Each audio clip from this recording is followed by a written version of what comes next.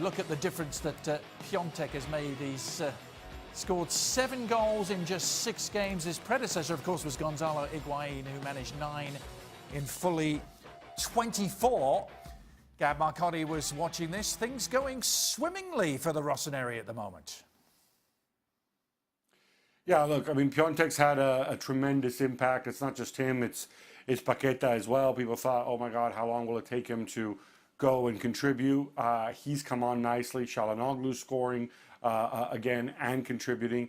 And I think in some ways, one guy who deserves a lot of credit is Bakayoko, coming off a nightmare season last year at Chelsea.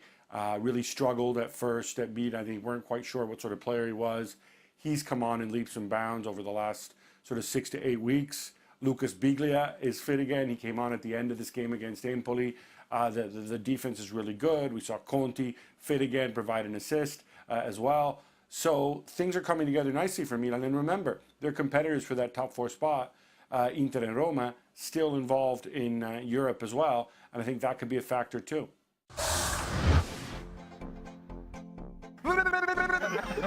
Well, that's aggressive. I hope someone's just switched on. I've just cut it at that point. This isn't actually. It's not a pocket square. It's the inside of the bucket. It's the inside of the pocket. You know, to take the mickey out of the likes of you with a stupid paint thing, and him, oh, sitting with your daft thingies. Friday, is it Shaqy turned 50? In the 40s. In Yes. the 40s. Mid-40s-ish. Who's the old man over there? I want to get a painting of myself. Is that weird? Yes, that is weird. Maybe dressed in, I don't know, some sort of medieval garb or Riding or a like horse? spacemen Maybe from the riding a future. horse with a shield or something? Or riding a horse. Yes. A lot of people don't like him in Brazil. I can say that. A lot of my Brazilian family don't like me. You and they might have a lot in common, apparently. Oh, yes. Yes. Would everybody please fasten your seatbelts? The captain's speaking. Hey, you're looking at 2 athletes here. Tell you that. You've been at the gym today. It's not the Olympic. No. It's not the one with the arms and it's Right. just the one with the legs. Yeah. No headphones. No. Just slogging away. I need headphones. So when people come in, I'm like, in the door. I'm never watching that ESPN FC again. They don't take it serious. Fools. There's never any analysis on there. There was 4 defenders in the box. It's not He his fault. turned like a tugboat and then back-heeled it. He threw his leg away up there and back-heeled it. I mean, it was a complete and utter public. Let me see. He just went like that. You don't even need to see the goal now. You've pretty much seen it. It's rubbish. Is it a pre-turning 50 thing? No. I'm running a 5K next weekend. We got a target time. Nope. I have a target distance. Stevie, you're glass half full in this scenario. Depends which glass I'm drinking out of. What? I usually go two-handed. This cup says, you know what? We didn't lose a goal at home. Which cup are you drinking? Yeah. I can do scripted boring. I can read off a prompter. If somebody starts putting stuff down that prompter, I'll read off it. Stephen said to the makeup girl, I was making polite conversation. is there a difference in calories between bread and toast? Did you think the toast maybe burnt some of the calories? Yeah, burnt some off. It's not giving bread up. Is it any less calorific? Any less calorific once it comes out the toaster? We're arguing about how hard the push was at full speed, and we don't know that. I mean, we're presuming because we know the players, the modern day players, and some of the older ones. What's that? Will go down. See how I try to just stay on the right, right side. I'm there? going to move on. I can see HR peering through the window. I'll be up later. Hopefully not. Hopefully not. Don't want to be seeing HR. It's always a question of when that's going to happen and not if. After Stay on side. Stay on side. End the runs.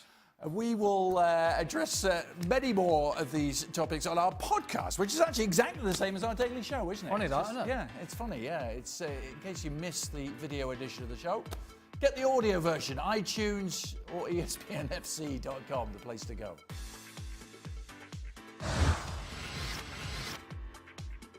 You know who's been really, really good of late? Raheem Sterling, who's had his run-ins, hasn't he, with the English papers in recent times. He was on the back pages for all the right reasons. Of course, Sterling reacting via Twitter. Nice headlines. Going to make a screenshot of these because they might not happen again soon. He has been in terrific. I know, Craig, you've always been an admirer of it. Stevie, I know you had questions earlier on in his career, but what's changed for Raheem Sterling? I've got to say that when he left Liverpool, I was one of his biggest critics. Not because of his ability, but the way he went about it more than anything else. And I'd have to say now, this guy has completely turned me around. I mean, on the field, he's been sensational, nothing short of sensational. But off the field, when he talks and he explains the way he plays the game now, the way that City want to play the game, there's a completely different maturity about him. You know, he says all the right things. He never once mentions himself. It's always his teammates or his manager, or it's just never him. He never tries to pat himself on the back. I mean, this is not the same guy that was at and left Liverpool. When he left Liverpool, he could play one position, wide. Now he can play wide, both sides. He can play in off the wing and behind the front man, or he can play through the front man on his own. Every facet of his game has got better. So it's the first major domestic final of the season. Sunday, the Carabao Cup final, Manchester City and Chelsea. Steve Nicol, Craig Burley with me. City beat Chelsea 6-0 just a couple of weeks ago. Does that play into the mentality ahead of this final, do you think? In either direction? Listen, the fact that it's a final, I think, changes it slightly.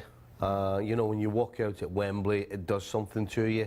And regardless of whether you lost to the opposition 6-0 previously, you feel as though you're on kind of level terms. You know how good they are, but you feel as though you can win this game. So, if you're a City player, yes, you're going to take heart that you've just battered this lot 6-0, but Chelsea will put that to the side and try and figure out that they can win this game. Yeah.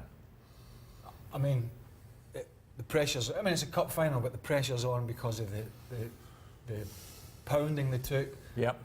You also think back to these two teams met at Wembley in the Community Shield at the start of the season. Yep. It didn't go particularly well for Chelsea on that occasion either, and that was a weakened Manchester City side.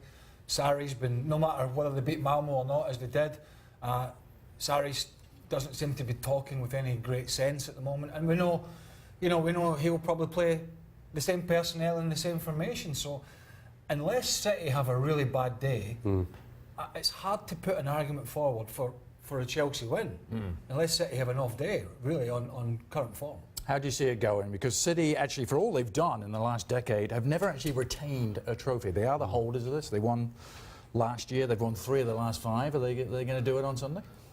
It's very difficult to sit here and come up with a reason why they won't. You know, if they play the way they can. In fact, if they're below the level that we know they can reach, they can still beat Chelsea. So it's very difficult to come up with an argument for Chelsea. I just don't see how Chelsea win this. Sarri really needs it, though, doesn't he, for Chelsea? Oh, absolutely. He's potentially one game away from being out, and if it's a scoreline like the Etihad, I think he will be out. His team have to show something that's going to give the owners encouragement, or the owner encouragement going forward, and another pasting won't do it. But as Stevie said, you know, City are going to have a bad day at the office, I think, for Chelsea to get anything out of this game, because they're much the better squad, much more talented, and they're in form. City will be hoping it's the first step on a journey towards a quadruple. City and Chelsea, you can see the Carabao Cup final on ESPN Plus on Sunday. So today we're actually going to do extra time as opposed to yesterday when we didn't. So I don't know if that means we have to do double extra time. No? Not in the contract. No. That's been decided. It's not my fault. You lot overran yesterday, right? So. I'd like to point out it wasn't actually our fault either, but I know his fault it is, and he's only just back. That will fall on deaf ears. It wasn't Gab Marcotti's fault, I can tell you that. And Gab, the first question is directed in your direction from Mike. Will Gab ever admit he's wrong about Sarri? Also, pineapple is a top 3 pizza topping, he adds, which I would dispute. But let's go back to the first part of that question. Will you ever admit you're wrong? What was I wrong about? Sarri, apparently. Just Sarri in general, says Mike. No, I think I was extremely right. I told you He's not going to change. This is how he sees football. And if it doesn't work out, he's going to go. I mean, I think it's as simple as that. And people can go and say, oh, look, you know, Ali Moreno can go and tweet his minions and stuff. But what I told you, actually, on this occasion, I think I was right. I told you, he's not going to change. He's not a pragmatist. We saw this last year. Zielinski for Hamsik was last year's version of Barkley for Kovacic and vice versa. This is what he does. It's worked for him in the past. This is what he believes in. The club wanted this when they brought him in, and he's got minimum targets, and if he doesn't hit them, he's going to be sacked. I don't see what there is to be wrong about. Well, but never mind that. What about the Maybe you'd pizzas? like to explain. Hey, never mind that. The only trouble is I think we're unanimous on the pizza, Stevie. Fair enough. I mean, you probably don't eat pizza, but I don't know. I don't really want to. if you did, you wouldn't have pineapple on it, He right? doesn't eat No. pizza. Sausage. He'd have mince on it, mince and tatties on a pizza. I don't really want to get into the Sarri stuff too much because I've kind of been over it. But the one thing I would you say will. in making But I'm going to say. no.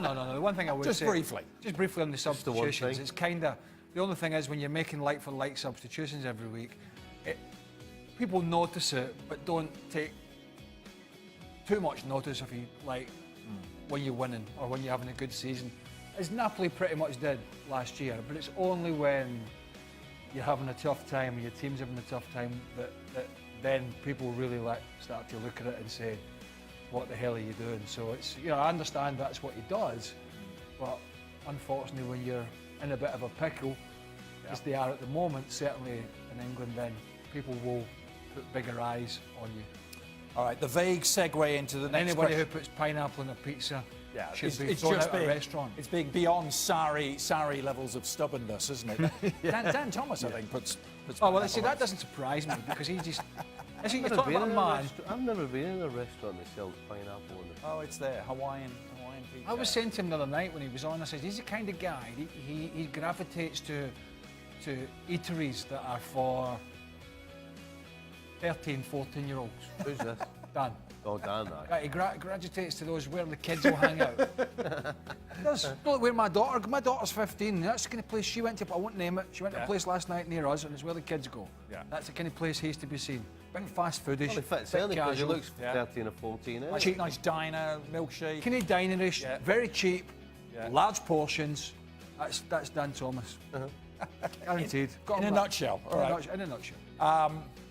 The vague segue was Premier League imports into the next question. If you could only pick one, who would you have in your team? I like this: Gianfranco Zola, Dennis Bergkamp, or Eric Cantona. If you could only have one of those.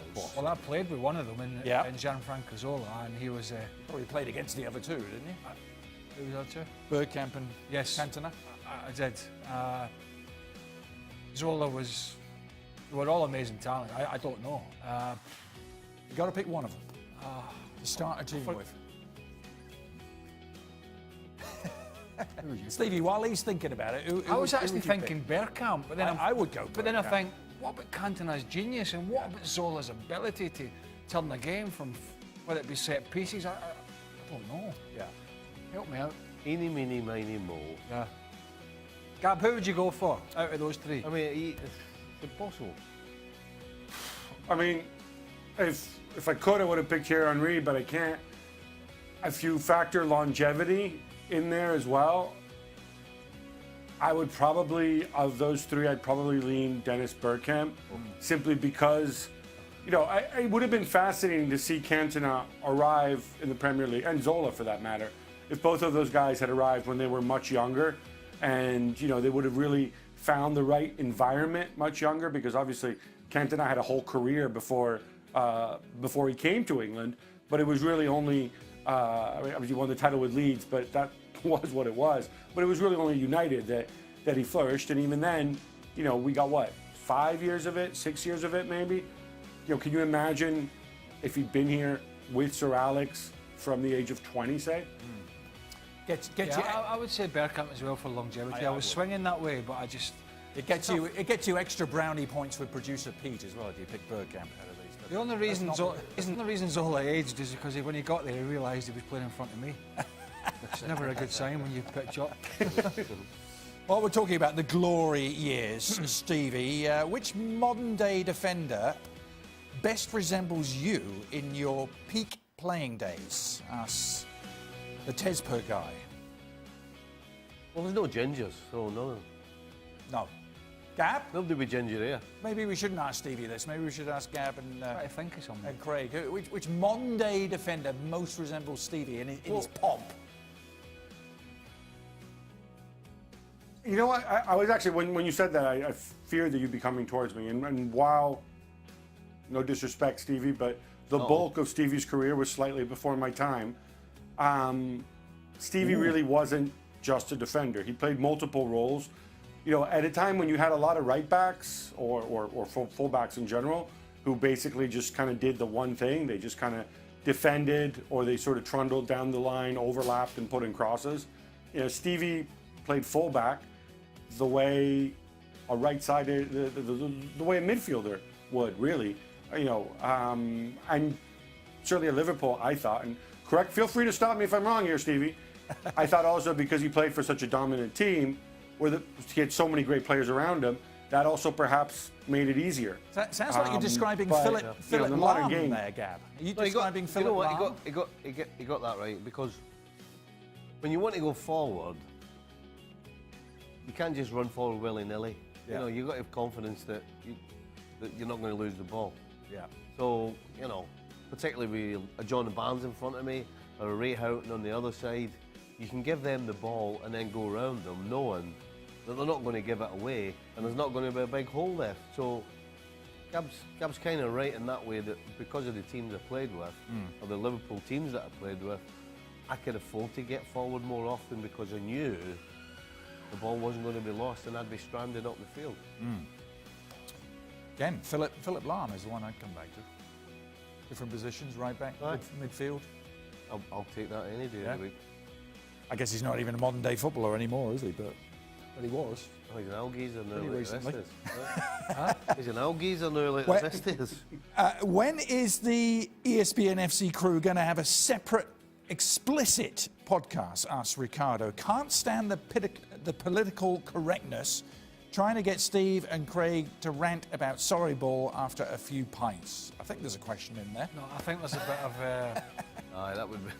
I think there's a bit of irony in there. Yeah. Because we do get pretty explicit within broadcasting guidelines. Of Right. course. But I think Ricardo would like that to go to the next logical stage. Oh, and then tape it. and Beyond then get us all in broadcasting. trouble. Yeah. Beyond broadcasting guidelines. You know? I think we pretty much put ourselves out there more than most. Right. I wouldn't say you hold back too much. Maybe Holding back is not maybe- in makeup.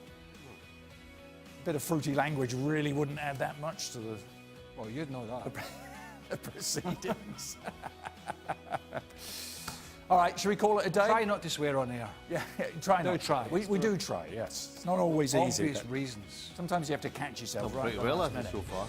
far. We've done pretty well at it so far. And we will continue trying not to do that on tomorrow's show. Remember, ESPN FC available every day on Plus.